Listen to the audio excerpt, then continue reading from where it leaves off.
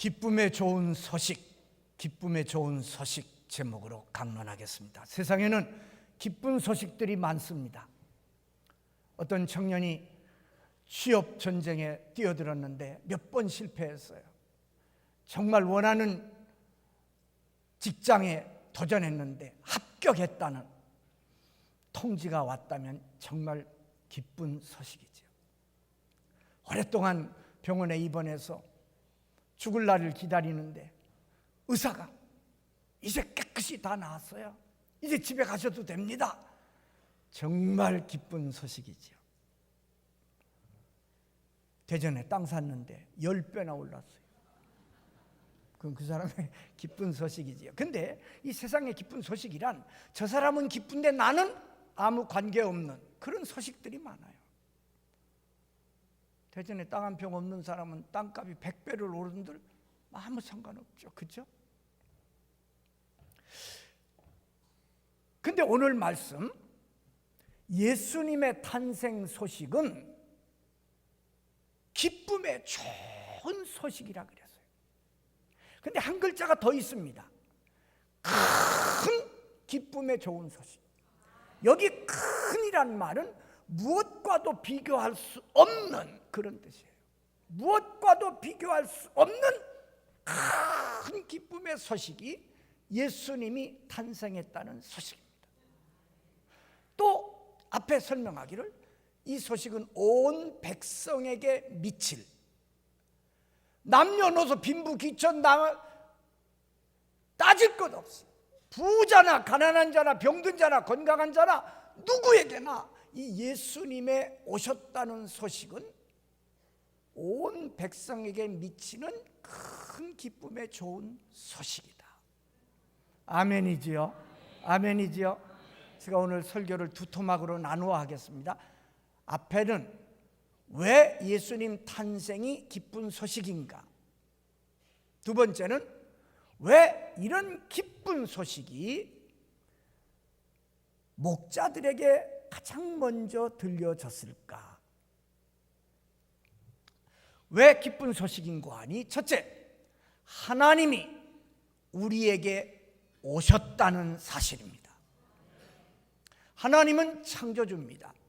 우주 만물을 창조하신 분이 하나님이세요? 우리 인간을 창조하신 분이 하나님이세요? 그 하나님이 우리 곁에 오신 겁니다. 이 우주에는요 수많은 은하계가 있습니다. 은하계 안에는 수십억 개의 별들이 있습니다. 그런 은하계가 이 우주에 몇 개가 있는지 파악이 안 됩니다. 우리가 사는 지구는 그 중에 작은 하나입니다. 그런데 하나님께서 우리가 살고 있는 이 땅에 우리에게 찾아오셨습니다. 놀라운 기쁜 소식입니다. 창조주 하나님이 인간의 몸을 입고 우리와 함께 하시려고 우리에게 오셨어요. 두 번째, 죄인인 우리를 구원하러 오셨기에 큰 기쁨의 좋은 소식입니다. 이 죄라는 문제는요 인간의 방법으로는 해결이 안 돼요. 대책이 없습니다. 인간은 그래서 죄 가운데 이 죄 문제를 해결하지 못하고 계속 멸망의 길을 걸을 수밖에 없었습니다. 안타까이 여기신 하나님, 인간의 몸을 입고 당신이 이 땅에 오셔서 우리를 대신에 십자가 지심으로 우리의 죄를 용서해 주신 겁니다. 어떤 시인이 이렇게 외쳤습니다. 주님께서 머리에 십자가 지신 것은 우리의 머리로 지은 죄를 위함이다. 주님이 손과 발에 못 박히신 것은 우리의 손과 발로 지은 죄를 위함이다. 주님이 가슴에 창을 받으신 것은 우리의 마음으로 지은 죄를 용서하기 위해 창을 받아 물과 피를 흘리셨다. 그러니까 주님은 머리에서부터 발끝까지 물과 피를 다 쏟아 주심으로 우리를 구원해 주셨어요. 죽음의 길을 갈 수밖에 없었던 우리에게 주님께서 생명의 길을 열어주신 거예요.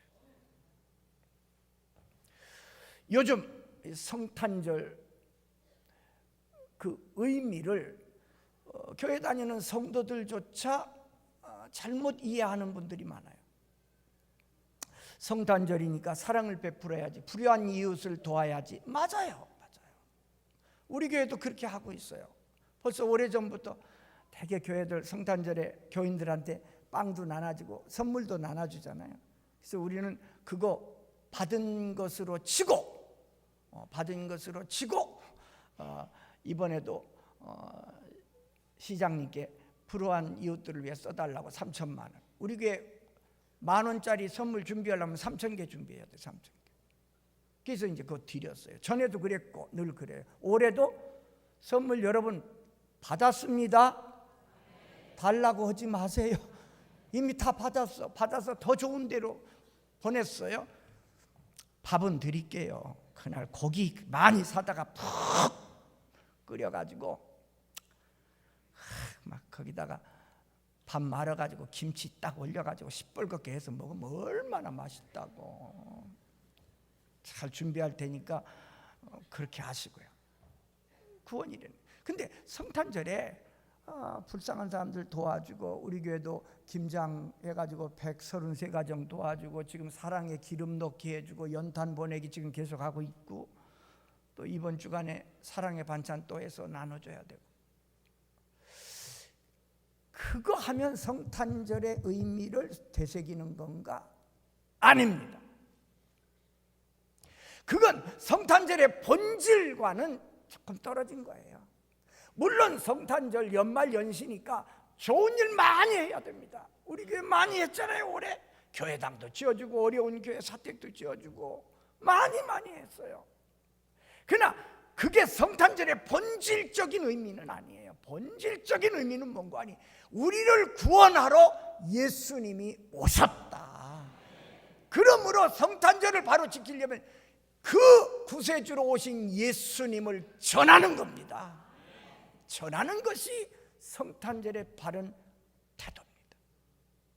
세 번째, 왜 기쁨의 좋은 소식인가? 우리가 이 땅에 사는 동안 주님이 인도해 주십니다.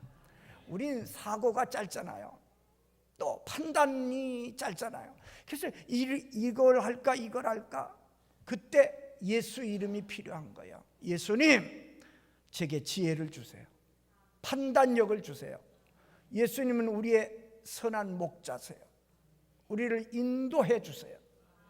그러므로 우리가 이 땅에 사는 동안 당하는 여러 가지 어려움, 힘듦, 이런 모든 문제들을 만났을 때마다 여러분이 꼭 불러야 할 분 예수님이십니다. 부르세요. 도와달라 그러세요. 기도하세요.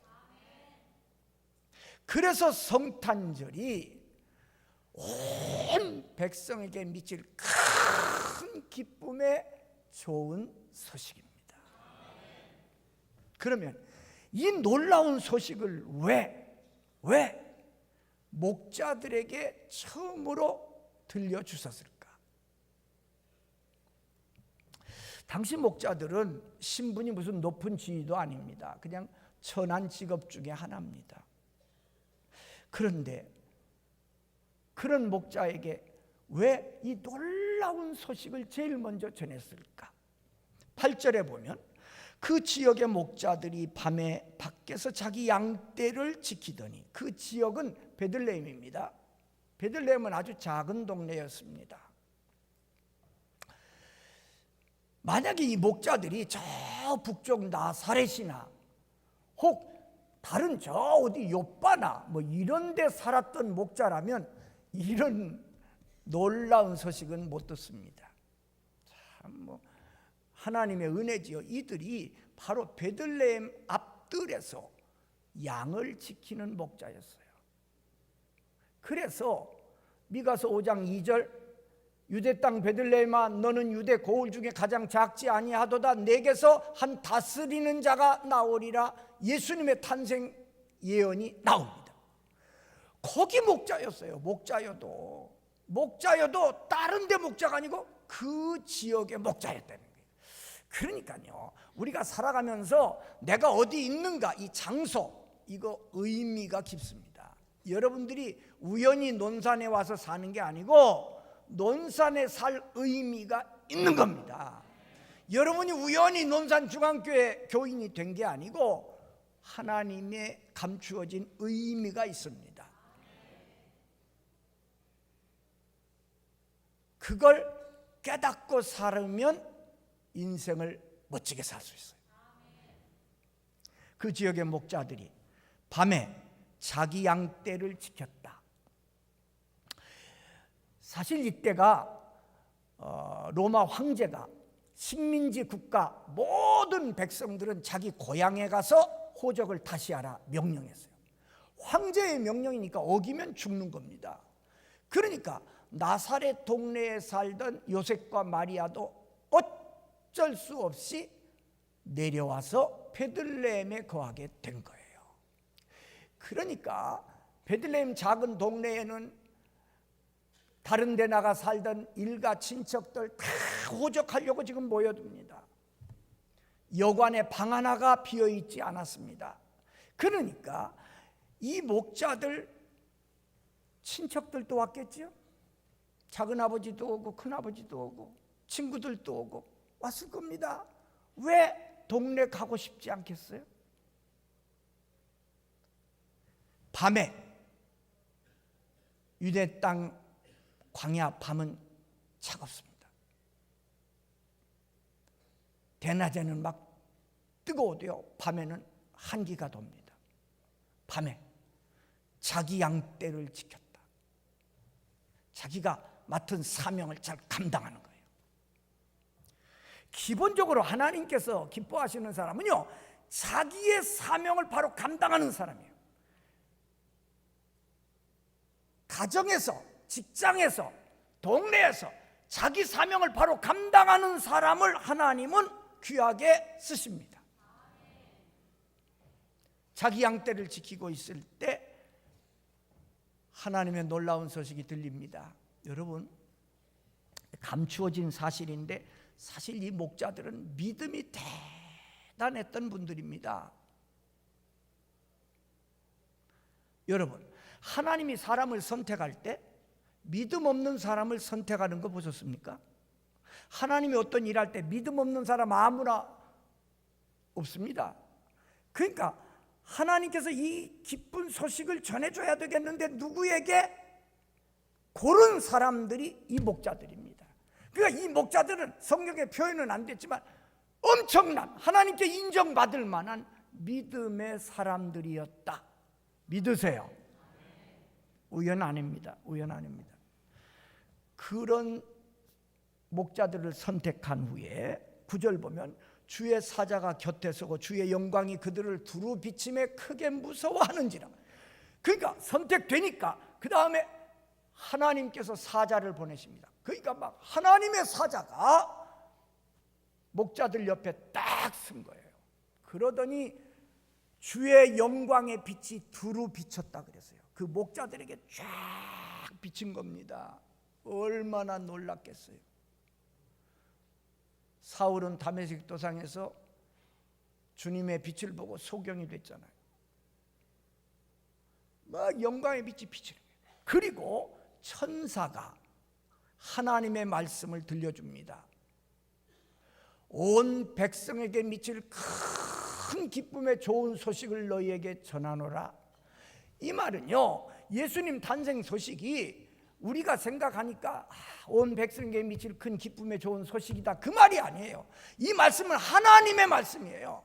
하나님이 이 예수님의 탄생 소식을 백성들에게 전하면서 천사의 입을 통해서 이 소식은 온 백성에게 미칠 큰 기쁨의 좋은 소식이다. 하나님이 그렇다니까 그런 거지요. 이보다 더 기쁜 소식은 없는 거예요. 그러니까 세상에서 아무리 이 소리 저 소리 많이 들었어도 예수님이 나를 위해 이 땅에 오셨다, 내가 그를 믿으면 구원을 받는다는 이 소식을 듣지 못한다면 그 사람은 가장 기쁜 소식을 듣지 못하고 죽는 불쌍한 사람이에요. 성탄절이 가까웁니다. 성탄의 의미를 바로 알고 맞이해야 되죠. 하나님께서 우리에게 오셔서 우리를 대신해서 십자가에 죽으심으로 우리를 구원해 주셨다. 그뿐 아니라 이 땅에 사는 동안 주님께서 우리를 계속 인도해 주신다. 우리가 목자처럼 자기의 사명을 바로 감당하고 자기 위치를 바로 지킬 때 그 사람에게 성탄의 기쁜 소식이 전해질 겁니다. 꼭 교회당 안에서만 있을 때 전해지는 게 아니고 당신의 직장에서 성실히 일할 때, 믿음을 가지고 일할 때 기쁜 소식은 거기까지 찾아갈 겁니다. 동네에도 찾아갈 겁니다. 어디서든지 여러분이 성탄의 기쁜 소식을 들을 수 있는 목자들이 되시기를 주의 이름으로 축복합니다.